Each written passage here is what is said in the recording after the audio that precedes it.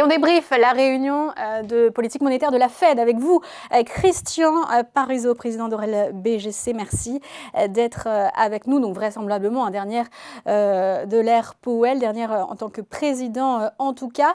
Le comité n'a pas l'air totalement enclin à vouloir baisser les taux dans les mois qui viennent. C'est en tout cas ce qu'on peut voir de la décision d'hier et des membres qui l'ont voté pour. Il y a eu 4 votes contre, dont 3 contre les propos accommodants du communiqué. C'est assez inquiétant, Christian. Oui, alors ça montre surtout une grande prudence, hein, et ça montre surtout quelques divisions. Alors, dans les divisions, on le savait, il y a un membre qui est ce que j'appelle le gouverneur MAGA. Hein. Ce Steven Meran. membre-là, lui, il était pour une baisse des taux. Donc, c'est pas une Évidemment. surprise, il était précédemment. Après, il y a 3 autres membres qui nous disent juste, on a implicitement dans notre communiqué un petit biais à la baisse. C'est pas flagrant, c'est pas très fort, mais globalement, les tournures de phrases faisaient que le prochain mouvement était plutôt une baisse des taux. Et donc, ces 3 membres auraient préféré qu'on change la terminologie et qu'on dise on rentre dans une période neutre, dans laquelle on ne va pas bouger les taux. Donc, c'est quand même pas non plus le discours on va monter les taux, l'inflation revient, au secours, on a un risque inflationniste. C'était juste de dire on est aujourd'hui beaucoup plus prudent. Alors, ce que nous a dit quand même M. Powell durant la conférence de presse, qu'il y avait quand même une majorité des membres qui acquiesçaient sur cette idée-là. Hein. C'était juste, est-ce qu'on le dit maintenant ou est-ce qu'on le dit à la prochaine réunion? Donc, en gros, c'est déjà dit, quoi. En gros, ils vont le changer à la prochaine réunion. C'est déjà acté, mais ça veut dire que la Banque centrale américaine rentre dans une période relativement neutre. Alors c'est vrai que ça tranche parce que si vous jouiez Monsieur Warsh qui va arriver à la prochaine réunion et l'annonce d'une baisse des taux, c'est pas gagné parce que lui, en gros, ils seront peut-être que 2 au pire à voter la baisse des taux. Les autres seront plutôt dans l'idée de dire on est neutre, on attend, on veut voir ce qui va se Mais c'est passer. ça en fait, Et tout le discours derrière était vraiment très prudent. Mais c'est ça en fait, Jérôme Powell hier dans son discours, il a paru finalement un peu plus dovish, un peu plus accommodant que ce qu'on aurait le débat qu'il y a pu y avoir à mon avis dans les coulisses. Donc finalement le problème de Trump, c'est absolument pas Jérôme Powell, c'est vraiment le comité dans son ensemble, sa moyenne.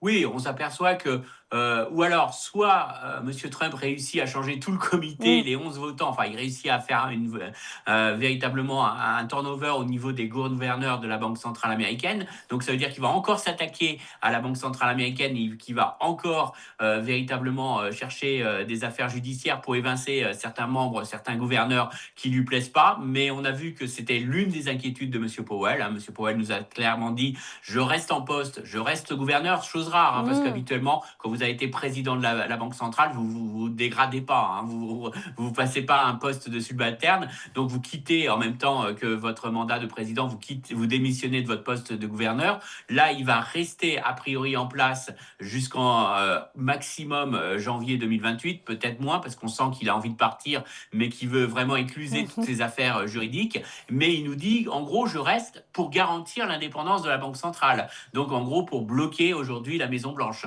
Donc, il y a quand même cet élément-là qui est important. Hein. C'est-à-dire qu'aujourd'hui, la Banque centrale, elle est indépendante parce que les membres qui sont nommés, pour l'instant, ne sont pas majoritairement nommés par Donald Trump et ils ne seront pas forcément aux ordres de la Maison-Blanche. Donc ça, c'est un premier point qui est très important hier. Hein. Il y a une vraie volonté et d'ailleurs, une grosse partie de la conférence de presse a tourné autour de cette indépendance de la Banque centrale. Hein. Donc, c'est une vraie volonté de soutenir cette indépendance. Il a dit qu'il voulait rester en tant que participant constructif. Ça veut alors faire profil bas aussi, mais ça veut dire quoi constructif? Ça veut dire qu'il y en a certains qui le sont pas, c'est une attaque cachée, c'est quoi? Non, je pense que ce qu'il voulait dire surtout, c'est qu'il n'y aura pas 2 voix, il n'y aura pas 2 présidents de la Banque centrale américaine. Il l'a dit lui-même, hein, je ne veux pas être un président de l'ombre, hein, un shadows. Donc, ce qu'il veut dire, c'est qu'il ne va pas forcément contredire systématiquement M. Walsh, il ne va pas systématiquement être dans l'opposition. Hein. Donc, il va dire juste qu'il fera son rôle de gouverneur et il sera pas forcément, ça ne sera pas forcément lui qui fera plus écouter que M. Walsh. Il ne veut pas non plus brouiller le message de la Banque centrale. Par contre, il y a un petit point quand même qu'il a dit qui était important, c'est le fait qu'il a dit qu'ils avaient déjà essayé de réformer la communication. Vous savez que Walsh, quand il a parlé devant le Ouais. Sénat, il a mis vraiment en avant le fait que lui serait le président qui va modifier profondément, un, le fonctionnement de la Banque centrale, et deux, la communication de la Banque centrale. Et donc, il a dit clairement, attention, on a déjà essayé par le passé, lui, il n'était pas fan de ce qu'on appelle le dot plot. Vous savez, Ouais. c'est ce graphique qui nous donne les prévisions des différents membres des taux directeurs qu'ils anticipent à chaque fin d'année. Et donc, lui, il n'était pas forcément très fan de ce graphique-là. Il a essayé par le passé de le supprimer et l'ensemble des membres ont dit non, on continue de conserver cette communication. Donc, c'est peut-être un petit rappel à M. Walsh qui, même si tu veux changer la communication, tu veux plus faire de conférences de presse, tu veux plus publier ce dot plot, tu veux plus donner de prévisions chiffrées de croissance, bah oui, mais il faudra que tu aies quand même l'assentiment de l'ensemble du comité et c'est pas gagné parce que le comité semble être aujourd'hui très content de la façon dont communique la Banque centrale. Donc je pense que M. Walsh, qui voulait pas faire une conférence de presse à chaque fois, moi-même je me disais bon, on va pouvoir se reposer un peu plus, on n'aura pas forcément une conférence de presse à suivre. Et ben c'est pas gagné. Il y aura peut-être un ensemble de membres qui voudront continuer cette communication sur haute fréquence. Alors ça a du bon et du mauvais. Le bon côté des choses quand même, c'est que ça réduit énormément la volatilité sur les marchés. C'est vrai que depuis qu'on a des conférences de presse à l'issue de chaque réunion de politique monétaire, ça permet vraiment de cadrer les choses et on a vu la volatilité diminuer énormément. Donc je pense que beaucoup de membres seront aussi attachés à conserver cette communication de la Banque centrale, mais ça sera intéressant quand même de voir en juin ce que va nous dire, comment il veut faire évoluer, comment il va communiquer autour de cette conférence de presse. Donc il y aura des changements, mais peut-être pas aussi forts et aussi marqués qu'il l'avait dit devant le Sénat. Oui, il va devoir s'y coller quand même. Pour les premières fois, on verra comment ce sera. Alors, on a beaucoup parlé de la forme hier, mais dans le fond, il y a quand même assez à dire sur ce à quoi est confrontée la Fed, parce que l'inflation est toujours très haute aux États-Unis et évidemment amenée à monter avec ce prix de l'énergie, mais il y a aussi l'emploi qui va mal. Donc, il y a quand même une inquiétude sur les 2 mandats de la Fed. Alors, c'est vrai que quand on regarde un peu ce qu'il nous dit sur la conjoncture, on a l'impression qu'on ne sait pas. En gros, c'est si je devais conclure, c'est on n'a pas de visibilité. Alors, il nous dit, voilà, on a un marché du travail qui est atypique. Bon, qu'est-ce que ça veut dire atypique ? C'est un marché du travail qui ne crée pas d'emploi, mais qui n'en détruit pas. C'est un marché du travail qui a un taux de chômage très bas, mais c'est parce que la population active diminue. C'est pas parce que c'est lié à des créations d'emplois très fortes. La seule chose, entre guillemets, positive de ce marché du travail, c'est que dans l'état actuel, comme on ne crée pas beaucoup d'emplois, qu'on n'est pas sur des tensions très fortes de recrutement des entreprises, il y a peu de chances que ce choc inflationniste se traduise par une accélération des salaires. Donc ça, c'est le premier point qui met bien en avant. Le marché du travail n'est pas désastreux. Ça ne justifie pas qu'on panique et qu'on baisse agressivement les taux parce qu'il n'est pas en train aujourd'hui de se retourner, mais il est suffisamment faible pour assurer qu'il n'y aura pas une boucle prix-salaire. Ça, c'est le premier point qui est quand même assez important. Deuxième point, l'inflation. Là, il est un peu moins conciliant. Il dit qu'il y a quand même un vrai problème d'inflation. Elle est beaucoup trop élevée par rapport à notre objectif, mais il y a un effet droit de douane. Et cet effet droit de douane, il reste sur l'idée que ça va s'atténuer progressivement dans le temps. Donc, ce n'est pas une inflation qui va persister à ce niveau-là. Donc ça, il est plutôt confiant. Mais on rajoute un nouveau choc. On rajoute un nouveau choc inflationniste. Et là, il nous dit, on est quand même embêté. Parce que soit, véritablement, on a un nouveau choc inflationniste ponctuel qui reste ponctuel, c'est pas bien grave, parce que nous, on est sur un objectif à moyen terme et on est toujours sur l'idée que malgré, même si l'inflation accélère, et d'ailleurs, il l'a dit, elle va accélérer dans les prochains mois, mais même si elle accélère, ça ne va pas durer, ce n'est pas un vrai risque pour la Banque centrale américaine à moyen terme. Soit, effectivement, cette inflation accélère, reste forte, mais comme il n'y a pas d'accélération des salaires, ça risque plus de peser sur la consommation des ménages et peser donc sur la croissance économique que véritablement entraîner une boucle prix-salaire durable ou entraîner une inflation durable très éloignée de notre objectif de moyen terme.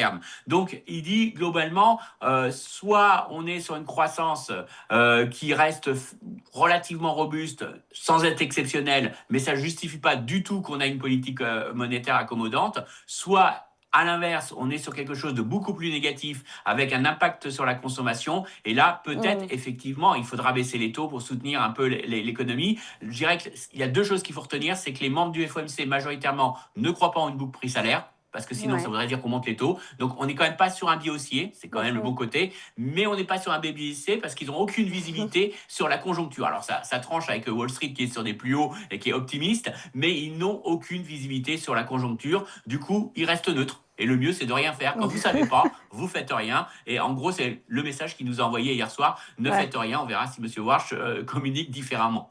Question bonus, Christian. Jérôme Powell, il a été un bon président de la Fed. Bon, il laisse une situation un peu compliquée, mais voilà aussi tout ce qui lui est tombé dessus pendant son mandat, son deuxième mandat.